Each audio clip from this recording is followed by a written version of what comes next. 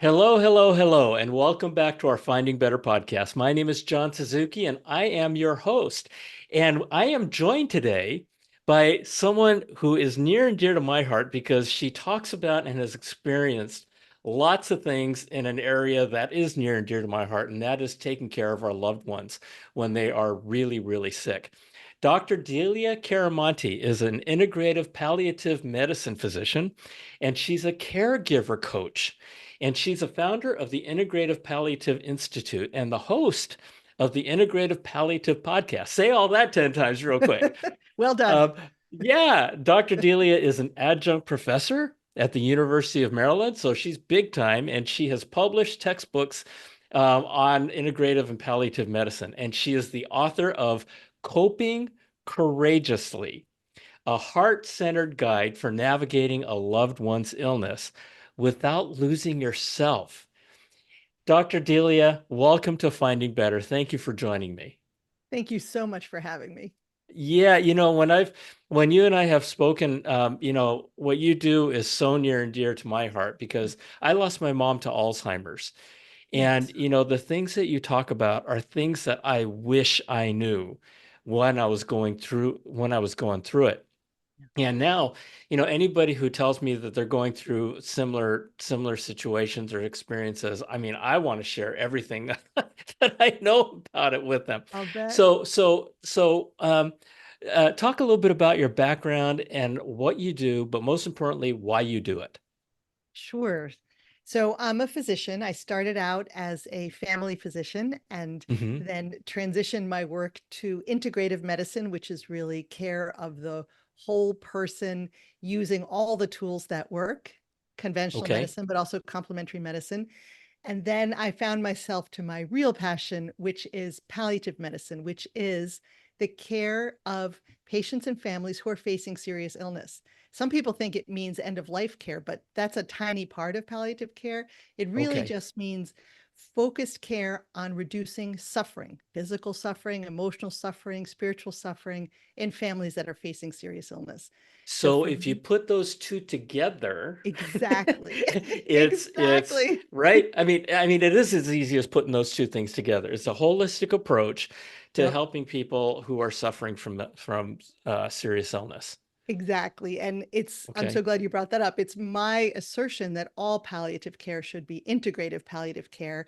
And so it's not really a field yet, but I'm out here with my flag trying to make it be a field Well, because how much sense does that make? it doesn't make any sense. It's Right? just that they arose separately and Yeah. And you have all these specialties, right? And you have all these medical school specialties and what a novel idea. Take the whole body, the whole person, everything into consideration. and even this is one thing I love about palliative care. In palliative care, our unit of care is the patient plus the family. The patient plus the family. And it's the only specialty that I know where that is officially true. Every other specialty, of course, they care about the family, but really they're all about the patient. But in Right. palliative care, we are all about the patient and family because when a serious illness hits, it doesn't just hit the person, it hits the whole family. And the integrative part is let's bring all the tools that we can. Yes, medicines and procedures, but also things like acupuncture and massage and meditation. Let's bring all the tools to reduce the suffering of the person who's ill and their family. So you are a medical doctor and I am. you just talked about holistic stuff. That's awesome. We can do that. I love that. That's Yeah, really, yeah, we yeah, should all yeah. be You doing that. really get, yeah, exactly. When as you were speaking, I was thinking about my own experience with my mom with Alzheimer's, and the day our neurologist diagnosed her with Alzheimer's, our whole a big part of our life ended. Yeah. But what struck me with what you were saying is that the one thing that I'll never forget is how alone I felt. And sorry, No, be sorry. It's hard. um, it, not knowing what to do, Yeah. right? I mean, suddenly, um, literally, you're thrust into a world, and not thrust. You're thrown in. You're just, there's just no way You're to describe drowning. it. You're drowning Yeah, them. you're Yeah. just thrown in and you don't know how to swim. You don't know how to Yeah. navigate. You don't know what to do. Yeah. And so from that perspective, I can only wish that I knew you back then. And so I'm just really, really happy that I can introduce you to my audience now. As some people might be going through it right now, but other people will go through it, Yep. and they'll be able to have some frame of reference. So you just illustrated something that I think is so incredibly important, which is 100% of us, everyone, right? You, me, and every single other person on this planet will either watch somebody else go through a serious illness in the end of their life, or we will go through it ourselves, because none of Right, us get to stay forever. So this is an experience 100% of us will have, and yet somehow, weirdly, culturally, we never talk about it. And because of that, almost everyone who ends up in the situation that you ended up in, where suddenly they get this terrible news about someone they care about or themselves, they've never had any experience thinking about it, talking about it. The family hasn't talked right, about it. They haven't learned skills. And so, one of the hardest things you'll ever do, almost everybody does with zero preparation. And that's insane. That's why I wrote this book. That's why I'm out here talking about it, because we have to talk about it. That way we can learn a little bit. We can learn skills before it's a crisis. You don't want to learn to drive as you're having the crash, right? You should right, learn right, before. right, right. Exactly. And it's in our country, death is taboo. We don't like to talk about death, even though we know death and taxes are the two things that are unavoidable in this Right. country. And yet there are other countries where it's embraced, right? Yeah. And it's celebrated. But in this country, we don't. We don't like to talk about it. We don't like to. A lot of people don't like to even put together their will or their trust. Mhm. And so yeah, so it's wonderful that you're bringing this to light. Yeah, I'm out here talking about it because I love to talk about it. I think we should all talk about it. And it's one of the last things. Once upon a time, you couldn't talk about pregnancy, that was taboo, or cancer, that was taboo. Now we could talk about those things. We could talk about erections, we can talk about sex, we can talk about menstruation, but this one is Yeah. left like, but we can't talk about death or end of life. No, that's right. And that's crazy. And we all have to get over ourselves and just talk about it. And It, as you were mentioning, it's not just about death, but you could find yourself in a really bad car accident in 2.5 hours, of right? course. And Yeah. you could find yourself, or I Yep. mean, our veterans, right? They go Yep. off someplace and they get blown up, and all of a sudden, their life is completely different. And not only is their life different, their entire family's life is different. And Absolutely. so it's not just a death thing. I mean, it can happen to any of us without dying. Yeah. And suddenly we're thrust into a world that we have no idea about. So so folks who are out there listening, what do you teach folks, and what experiences have you gone through? So there's a lot of things I teach. One of the Uh-huh. things that I myself went through was I have one of my children when they were younger, went through a pretty significant accident with a very prolonged recovery. So I had the experience of being a caregiver and not knowing what the end was going to look like. Like, was it going to be okay or was it not going to be okay? So that I think really made me realize how important it is to learn skills to deal with tough things like that, because it's not like anybody wants to be in the situation where someone you care about is ill or injured or aging, Right. but we will be. And so pretending it's never going to happen doesn't help, and being in it floundering with no skills makes it harder. And so what I learned over time just for myself was, when you develop some skills, it makes a hard thing easier. And so that really kind of pushed me out there to teach other people. And here's the other thing that I saw in my practice.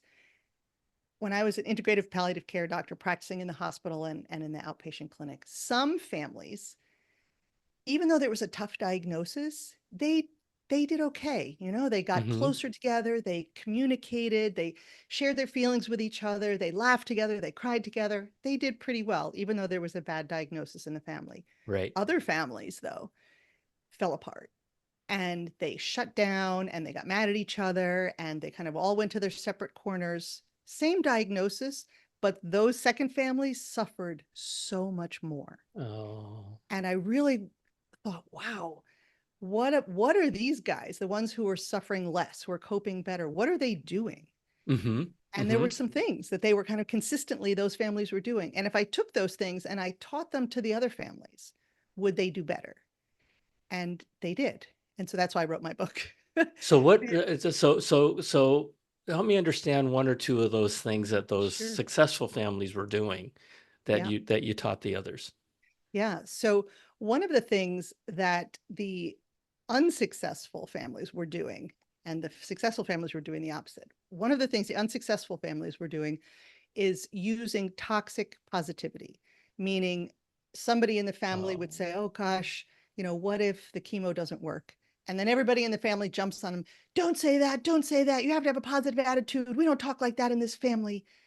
And so that shut down the person. And maybe it was even the sure. patient, shut down the person like, oh, well, I guess we don't talk about that here. And so now that person who had shared their fears with their loved ones knows I'm not doing that anymore. So they close up, right? And the Mm-hmm. other family members also saw what just happened. So everyone's like, oh, I guess we don't talk about hard things here. And when you're not talking about hard things, but you're in the presence of hard things, it makes everybody turn inside and shut down and disconnect from each other. So the Yeah. opposite of that, the families who are coping better talked about stuff, and they had open eyes. They would go to the doctor and say, all right, tell us everything. We know this could be bad news, but we're ready. They're holding hands. Okay, we're ready.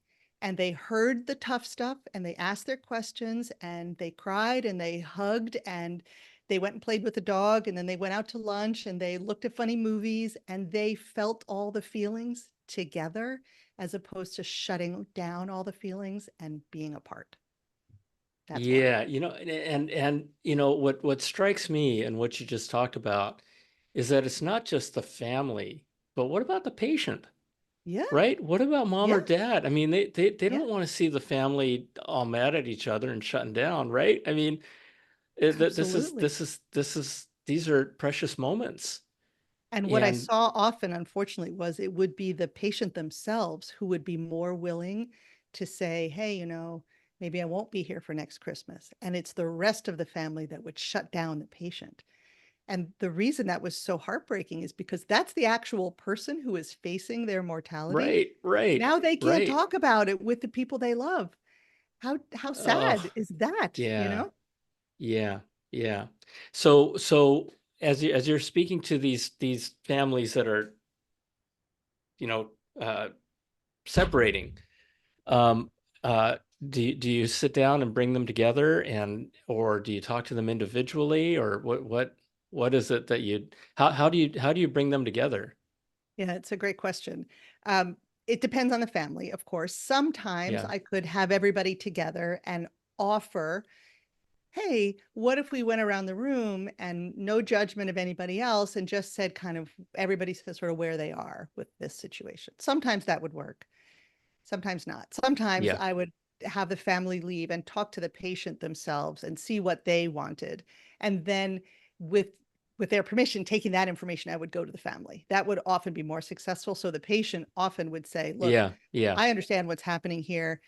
I can see that, I'm probably not going to live more than a year. My family's having a really hard time, but I'm okay with this. Can you help them?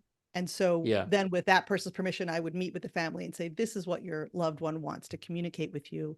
And sometimes giving them permission to talk about it would make it better because sometimes we have this weird magical thinking thing. Like if I say the word death, everyone's going to die, but that's not how death works. We can say it. We can say right, die. It doesn't right, make people right, die, right? right, Like right, we're exactly. so afraid, like magical, black magic, terrible things will happen.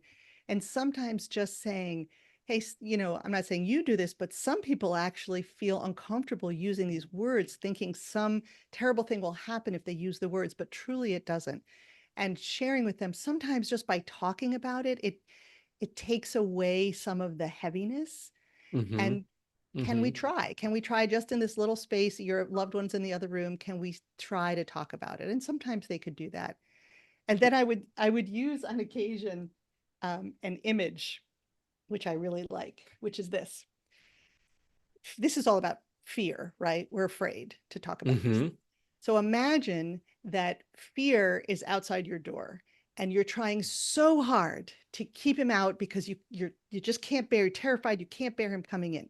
So all your effort is up against the door, like your shoulders up against the door, and that's all you can do is keep him out there, which means you can't go for a walk. You can't watch a movie with your loved one. You can't bake cookies together because all your effort is focused on keeping fear out. Whereas if you just let him in and he sat on the couch and he's kind of ugly, he's a little smelly, but he's just sitting over there. And while he's over there being ugly and smelly, you can bake cookies, you can make tea, you can watch a movie. So some people would usually laugh. And just the idea that you could make space for it, he can Yeah, be there and then you can live your life. I So love that. sometimes I would ask people, hold out two hands and imagine this, that you can hold space in your hands for two opposing points of view at the same time. So in one hand, you can hold, I hope this is going to get all better. They're going to get magically cured. The chemo is going to work. They're going to be fine and live for 50 years. Absolutely. Hold that hope. And also, in the other hand, you can hold the preparation. Let me talk about it. Let's fill out an advance directive. Let's talk about what we would want. So we can have both things, talking about what might happen and and holding space for our prayers for what we hope will happen. We don't have to choose, Right. right? Right. Yeah. It's, one of the other things, and I just interviewed a person that involved legal stuff, right? Mhm. Um, one of the things is people don't want to talk about their wills. People don't want to, Right. money and the finance stuff. Yeah. If that is something that's a, a dark rain cloud hanging over your heads, talk about it. Talk Talk about it, about all of it. it. Just Now's the talk about all the time. things. Yes. Yeah. And One and of the just and yeah. saddest, one of the saddest things that I would see in the intensive care unit is a person on a ventilator, unconscious. Doctors think they're never going to wake up again. And the family member now has to make a decision. What do we do? Do we stop the tube? What do we do? And so often people would say, I don't know what she would have wanted. Because Oh, we would say to the family, this is not for you about what you want. This is what would your mom want? And they would absolutely. say, Absolutely. I don't know what she wants. We never talked about it. Yeah. Right? Oh my gosh. Yes. Gives me chills even Yes. to say it now. Yeah. Yeah.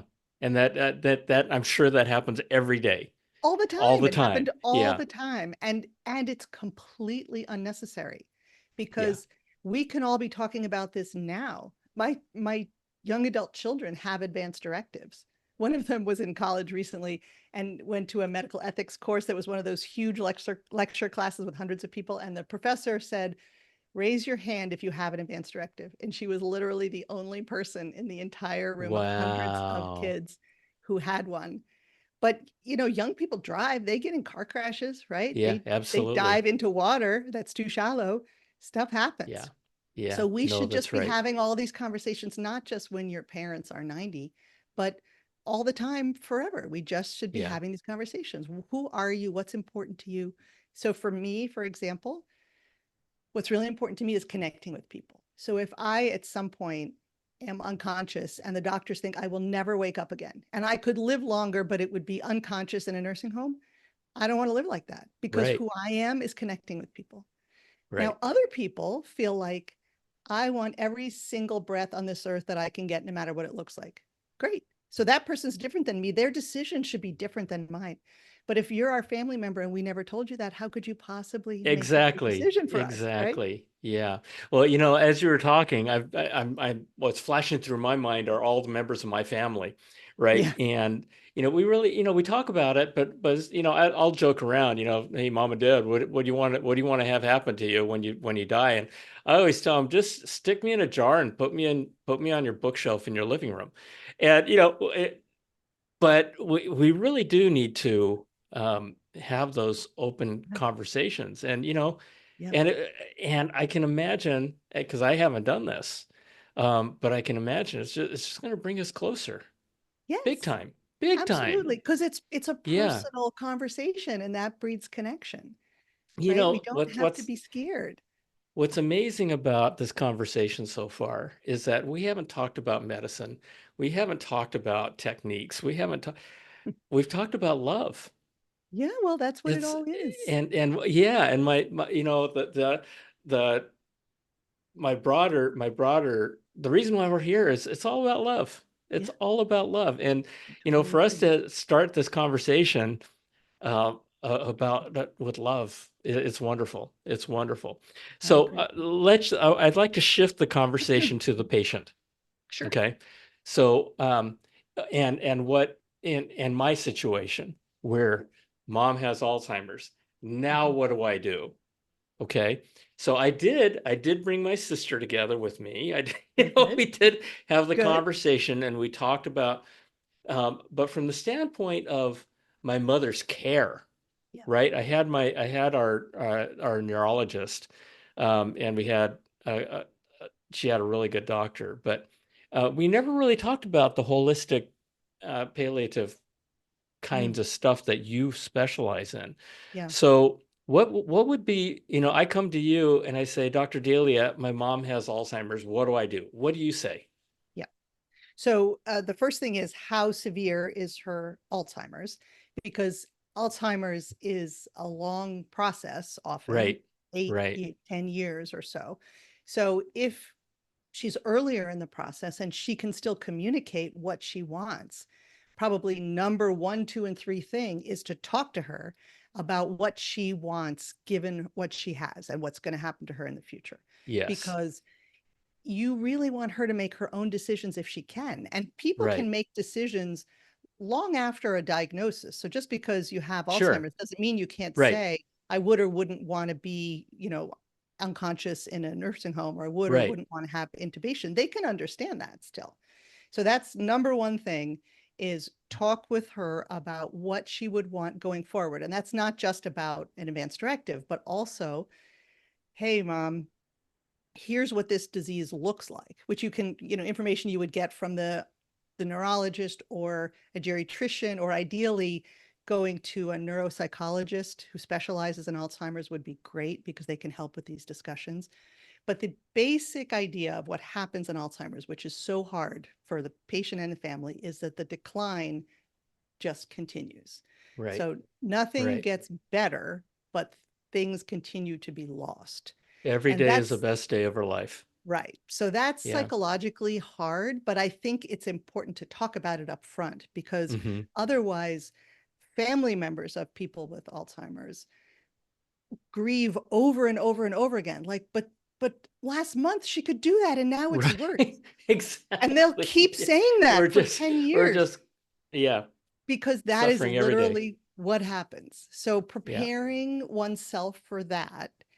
And one of the blessings that can come from that is enjoy today, because as you said, today is potentially the best it's going to be. So don't Right. waste today. If today she really wants to watch a movie with you and you're able, watch a movie, because in 6 months you might not be able to watch a movie together, but right now you can. Right. So kind of putting the good times in the bank and focusing on the connection that you can have right now is very important. That's one.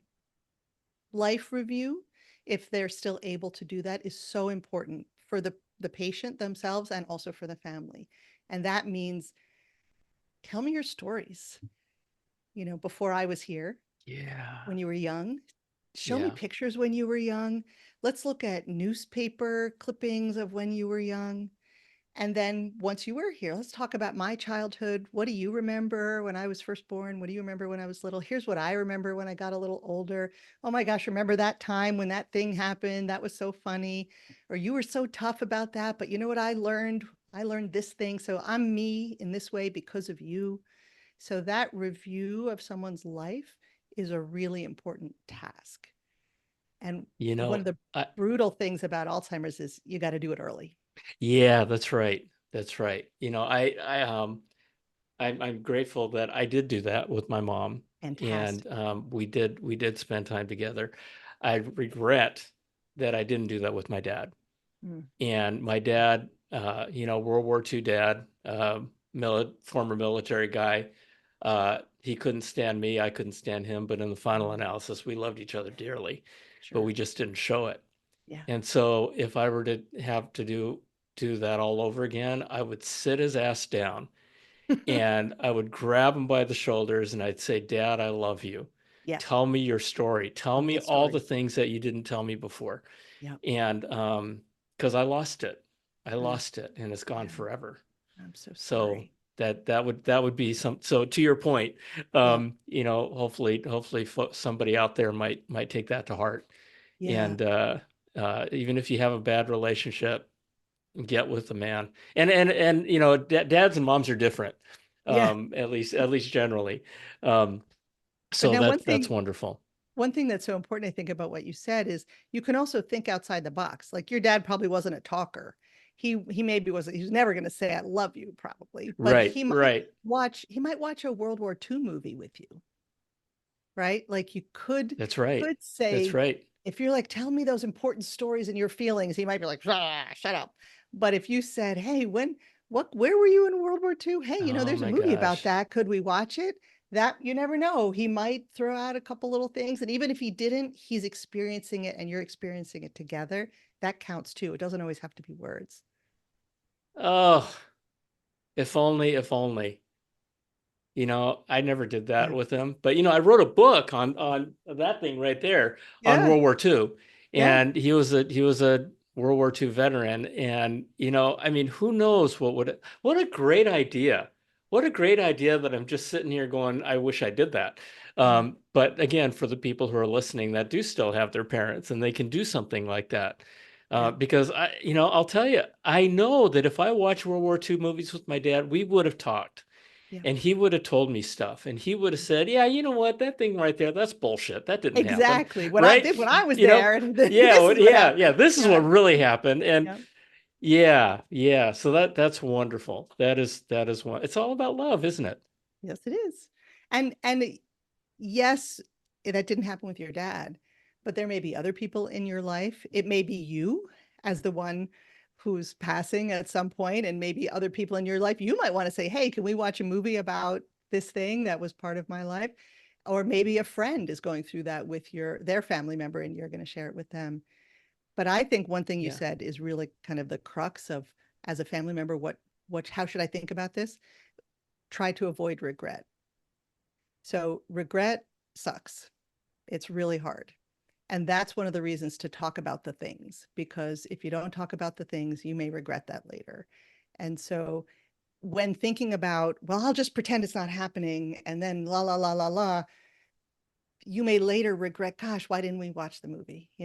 But you can't do the things unless you're willing to own it and acknowledge what's happening. That's why we have to talk about these things. So we can say, gosh, I'm willing to talk about these things. I understand that I'm going to lose this person over time if they have Alzheimer's, but I have this window where we can do some things.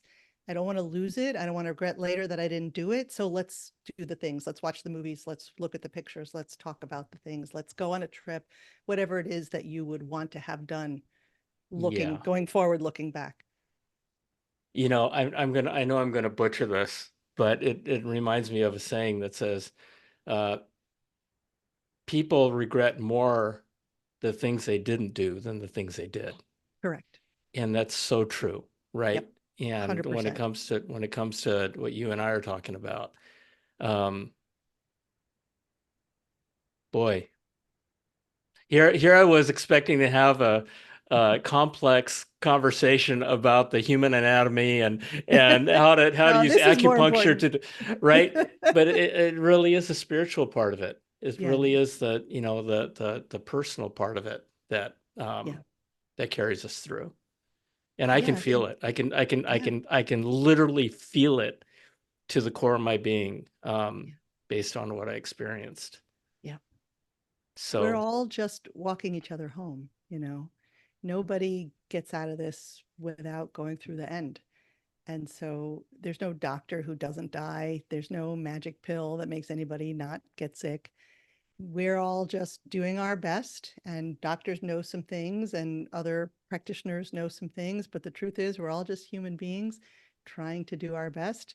And the underlying things, I think, are we should talk about things. We should not stuff stuff in the basement and pretend it's not happening.